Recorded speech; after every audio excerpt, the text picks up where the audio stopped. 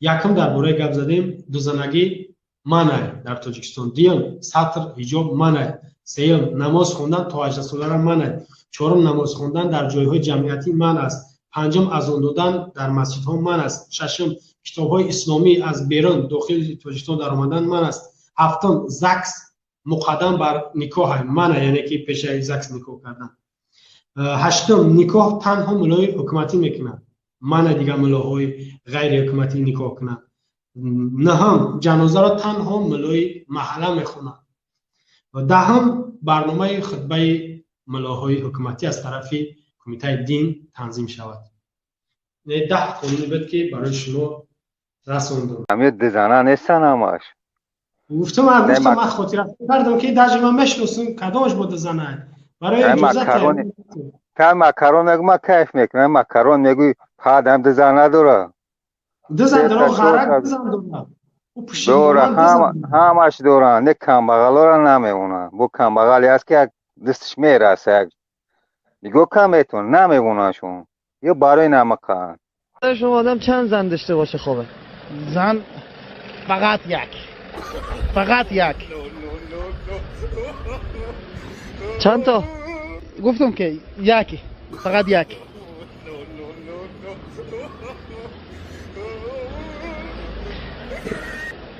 خب به نظر شما کسایی که چند زن دارن زندگی خوبی دارن؟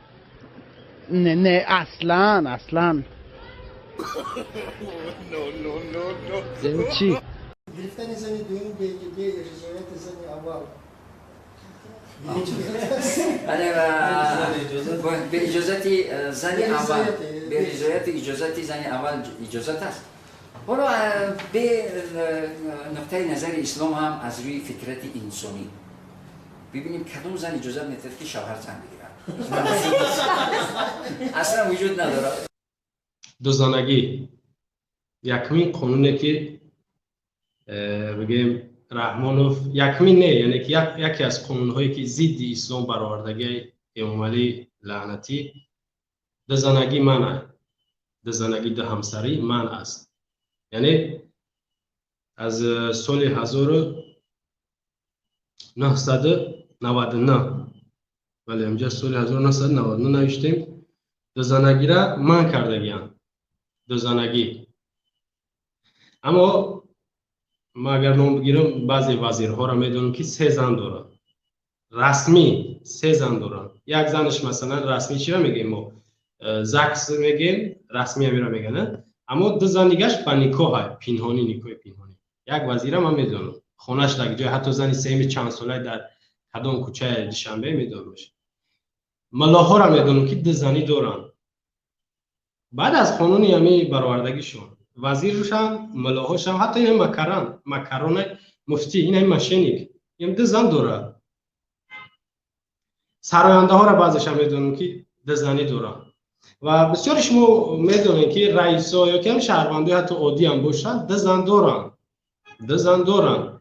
یک زنش رسمی هم زاکس داره، هم نیکوی بگیم مسلمانی داره، دیگه‌اش نیکوی مسلمانیه و پنهانی هم هسته. بعضیش نمیدونم پنهان میکنن که یا زن یکمش نفهمش یا اینکه از روی قانون هم جریمه داره، جزا داره، یعنی که هم مبلغ خطی جزا میتن هم زندان میکنن نفری که 2 زن داشته باشه.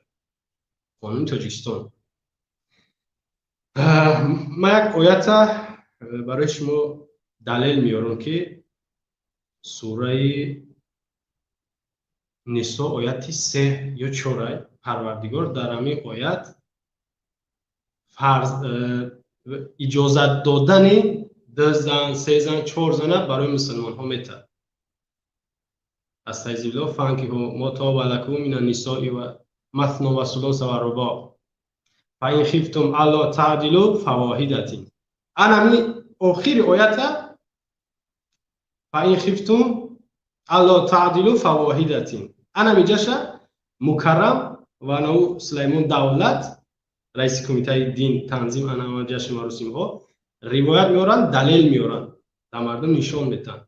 پروردگار میگه مسلمان، مرد مسلمان میتونه 1 زن بگیره، 2 زن بگیره، 3 زن بگیره، 4 زن بگیره. اگر که نتونست عدالت رعایت کرده ای اودش نبرومد شرایط نداشته باشی یک زن قطعی کفایه یا که اکتفا کنی یک زن قطعی. همین سوره نساء آیت چند بود 25 بود در همجا هم پروردگار میگه که شما نمیتونین که عدالت بین دو زن رعایت کنید. یعنی که هر یک مرد باشه همین دیل یا که بگیم محبت با دو زن یک بار نمیتونه که هر جشن یک نمو دوست بداره. هر جشن نمیتونه. یک دیگر یک بالا و پایان هستن.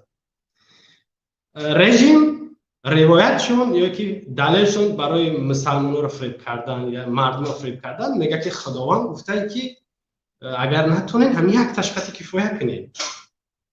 خب نفری که شرایط داره چی به شما نمیگه که نفر شرایط داره بگیرین. نفری که شرایط داره ایجاد این گپ ایون نمیگن، فقط اینو همو روایتی رو میگن که با گپ عملی توغری بگیرن. نگاه کنین بعضیا ما را میگن که شما دموکراتی میخواهید، شما نمیدونم کمونیست، طاغوت پرست، دموکراتی یک کفر، دموکراتی یک بخدایی، قانون خدا باید باشه. اما نمیدونن که ما کدام دموکرات میخوایم. یعنی دموکرات شخصا من چه قبول دارم اینا نمیخوان یا که نمیفهمن چی میگه. هر گپی که اینا رو من رسما اینو خودم میگم، هر گپی که فرق نداره گپی پرزیدنت، گپی ملا، گپی یک شهروند عادی، گپی یک ملیسه، با گپی خدا، با گپی خداوند و با گپی رسولش در اون با گپی شریعت و گپی قرآن خلاف باشه، ما را نه دموکرات میگم نه قبول دارم. گپی را ما قبول دارم که با مقابل خدا و رسولش و قانونهای خدا و گپ خدا نباشه. گپ ما قبول ندارم، گپی که زید خدا باشه ما گفتم ها همو دموکرات همو قبوله، ما را قبول ندارم. و یگان گپی خداوند هم بر ضد بنده هاش نیست. باز ما اگر کدام شما را سوال بتونم بگو خداوند دانای میفهمیده که یک پرزیدنت یا یک وزیر یا که یک داملا شما یکمش که یگان تحقیر مرا میکنه، یگان گپ سخت میگه شما میگویید تو دیوانه خدا را به یک بنده برابر میکنی یا که پیامبر شد.